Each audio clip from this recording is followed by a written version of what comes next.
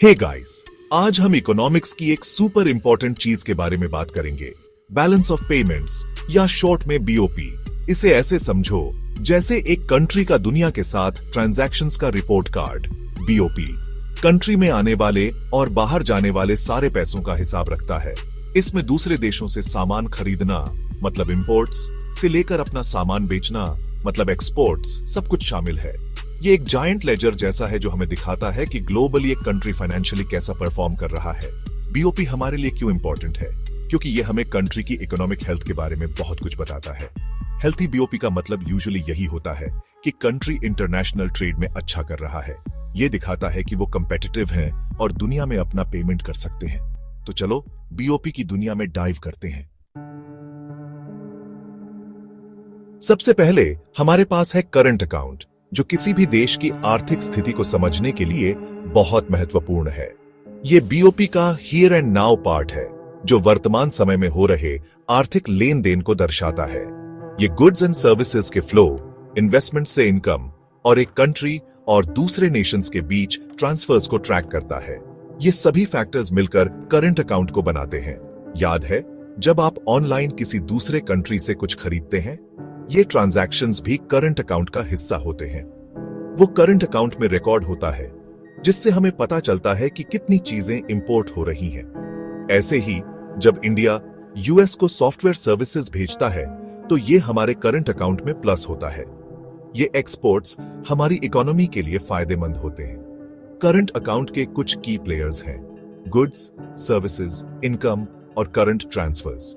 ये सभी एलिमेंट्स मिलकर करंट अकाउंट को बैलेंस करते हैं। गुड्स ऐसी चीजें जिनको हम टच कर सकते हैं, कार्स, फोन्स, क्लोथ्स। ये टैंजिबल आइटम्स हमारे डेली लाइफ का हिस्सा है। जब हम इन्हें एक्सपोर्ट करते हैं तो प्लस होता है। ये एक्सपोर्ट्स हमारी इकोनॉमी को मजबूत बनाते हैं। जब इंपोर्ट करते हैं तो माइनस। ये इंपोर्ट्स हमारी इकोनॉमी पर बोझ डाल सकते हैं।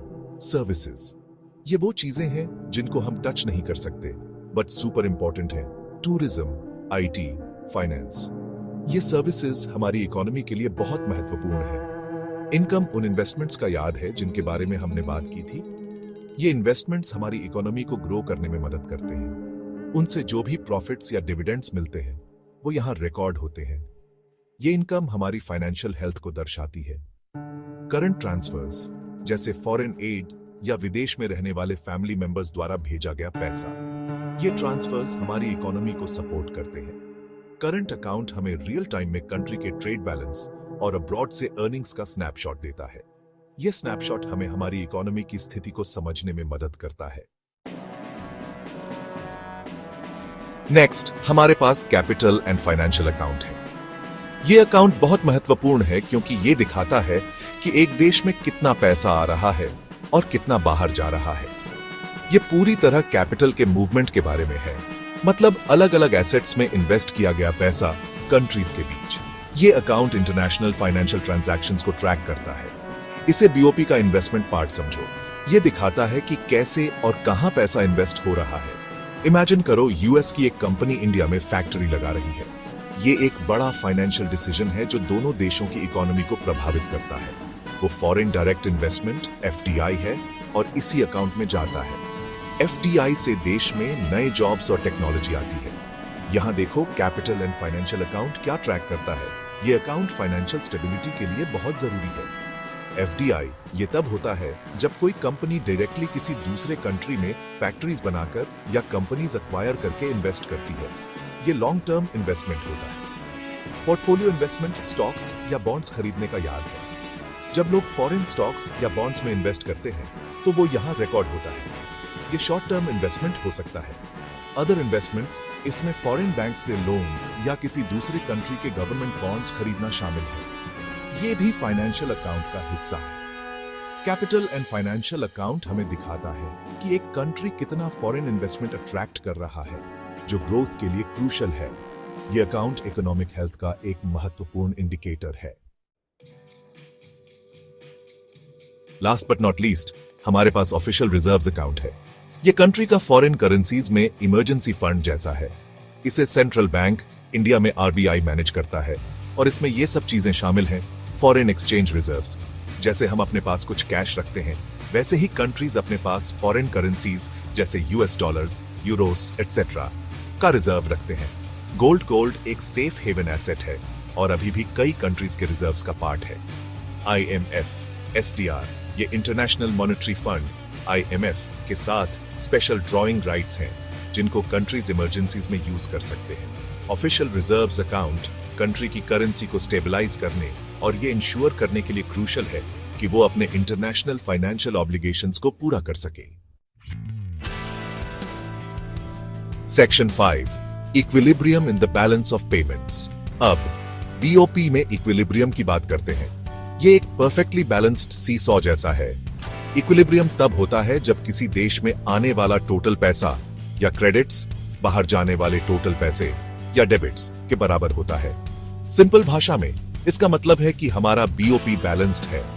जब BOP बैलेंस्ड होता है तो इसका मतलब है कि फॉरेन एक्सचेंज मार्केट में किसी देश की करेंसी की डिमांड उसकी सप्लाई के बराबर है। ये अच्छी बात है। ये इकोनॉमी में स्टेबिलिटी और प्रेडिक्टेबिलिटी लाता है। हाउएवर, परफेक्ट इक्विलिब्रियम अचीव करना रेयर है। ट्रेड और कैपिटल फ्लोज में हमेशा फ्लक्चुएशंस होते रहते हैं। गोल इन फ्लक्चुएशंस को मैनेज करना और बड़े इम्बैलेंसेस से बचना है। Section 6, disequilibrium, surpluses and deficits in BOP। उस सीसॉ का याद है जिसकी हमने बात की थी। जब वो टिल्टेड होता है तो BOP में डिसइक्विलिब्रियम होता है। ये दो तरीकों से हो सकता है, सरप्लस और डेफिसिट। BOP सरप्लस ये ऐसा है जैसे अंदर आने वाला पैसा बाहर जाने वाले पैसे से ज्यादा हो। ये तब होता है जब कोई देश इंपोर्ट से ज्यादा एक्सपोर्ट करता है या सिग्निफिकेंट फॉरेन इन्वेस्टमेंट अट्रैक्ट करता है। सरप्लस भले ही अच्छा लगता हो, लेकिन ज्यादा होने पर यह इन्फ्लेशन जैसी प्रॉब्लम्स क्रिएट कर सकता है। BOP डेफिसिट ये इसका उल्टा है, बाहर जाने वाला पैसा अंदर आने वाले पैसे से ज्यादा। ये तब होता है जब कोई देश एक्सपोर्ट से ज्यादा इंपोर्ट करता है या कैपिटल फ्लाइट एक्सपीरियंस करता है। लगातार डेफिसिट कंट्री के फॉरेन एक्सचेंज रिजर्व्स को खत्म कर सकता है और इकोनॉमिक इंस्टेबिलिटी पैदा कर सकता है। Section 7, addressing BOP disequilibrium, corrective measures. तो क्या होता है जब कोई कंट्री BOP डिसइक्विलिब्रियम खासकर डेफिसिट फेस करता है? उन्हें चीजों को बैलेंस में लाने के लिए करेक्टिव मेजर्स लेने की जरूरत होती है। इसे ऐसे समझो जैसे शिप को सही डायरेक्शन में ले जाने के लिए सेल्स एडजस्ट करना। यहाँ कुछ टूल्स हैं जो गवर्नमेंट्स यूज करते हैं। एक्सपोर्ट प्रमोशन कंपनीज को इंसेंटिव्स या सब्सिडीज देकर एक्सपोर्ट करने के लिए इंकरेज करना। इंपोर्ट रिस्ट्रिक्शंस, टैरिफ्स या क्वोटस के थ्रू इंपोर्ट्स को महंगा बनाना ताकि अब्रॉड से खरीदने पर रोक लगे। करेंसी डिवैल्यूएशन एक्सपोर्ट्स को सस्ता और इंपोर्ट्स को महंगा बनाने के लिए कंट्री की करेंसी को कमजोर बनाना। फॉरेन इन्वेस्टमेंट, ऐसी पॉलिसीज बनाकर फॉरेन इन्वेस्टमेंट अट्रैक्ट करना जिससे फॉरेन कंपनीज के लिए बिजनेस करना आसान हो जाए। पॉलिसीज का सही मिक्स कंट्री की स्पेसिफिक सिचुएशन पर डिपेंड करता है। Section 8, impact of BOP surplus and deficit on the economy. This section delves into how the balance of payments, or BOP, can significantly influence a nation's economic health. हमने BOP imbalances के causes के बारे में बात की, लेकिन economy पर उनके इफेक्ट्स क्या होते हैं? Let's explore the various impacts in detail. BOP surplus. Moderate surplus अच्छी चीज हो सकती है. IT indicates that a country is exporting more than IT is importing, which can be a sign of economic strength.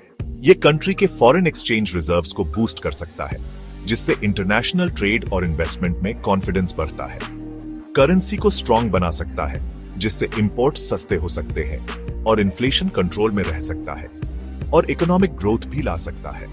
A strong economy attracts foreign investments, creating a positive cycle of growth. लेकिन बहुत ज्यादा और लगातार surplus इन problems को lead कर सकता है, जैसे कि इकोनॉमिक इम्बैलेंसेस और global trade tensions.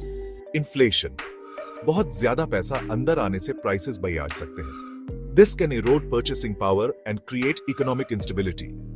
Trade Wars, अगर दूसरे कंट्रीज को लगता है कि कोई देश अनफेयरली सरप्लस से बेनिफिट ले रहा है, तो वो ट्रेड बैरियर्स लगा सकते हैं। This can lead to a cycle of retaliatory measures, harming global trade.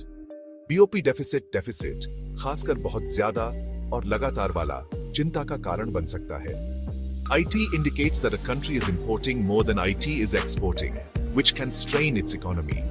ये इन प्रॉब्लम्स को लीड कर सकता है, जैसे कि फाइनेंशियल इंस्टेबिलिटी और loss of investor confidence, depletion of foreign reserves, imports और डेट्स के पेमेंट के लिए कंट्रीज को फॉरेन करेंसी की जरूरत होती है। A deficit can deplete these reserves, making it difficult to meet international obligations. Currency depreciation कमजोर करेंसी इंपोर्ट्स को महंगा बना सकती है, जिससे इन्फ्लेशन हो सकता है। This can further weaken the economy and reduce the standard of living. Economic instability, लगातार डेफिसिट्स इन्वेस्टर कॉन्फिडेंस को कम कर सकते हैं और इकोनॉमिक ग्रोथ को नुकसान पहुंचा सकते हैं। This can lead to a vicious cycle of economic decline. BOP को मैनेज करना गवर्नमेंट्स के लिए एक डेलिकेट बैलेंसिंग एक्ट है, जिसमें उन्हें ट्रेड ऑफ्स को केयरफुली मैनेज करना पीडी देता है, जिसका एम एक सस्टेनेबल बैलेंस अचीव करना है जो इकोनॉमिक ग्रोथ और स्टेबिलिटी को सपोर्ट करे। Effective management of BOP is crucial for long-term economic health. Section 9. Conclusion BOP and economic health. तो लीजिए, guys, balance of payments complicated लग सकता है, लेकिन ये बेसिकली एक कंट्री के दुनिया के साथ फाइनेंशियल इंटरैक्शंस का रिकॉर्ड है। बीओपी को समझने से हमें कंट्री के इकोनॉमिक परफॉर्मेंस, ग्लोबल ट्रेड में उसकी पोजीशन और उसकी इकोनॉमिक पॉलिसीज की इफेक्टिवनेस समझने में मदद मिलती है।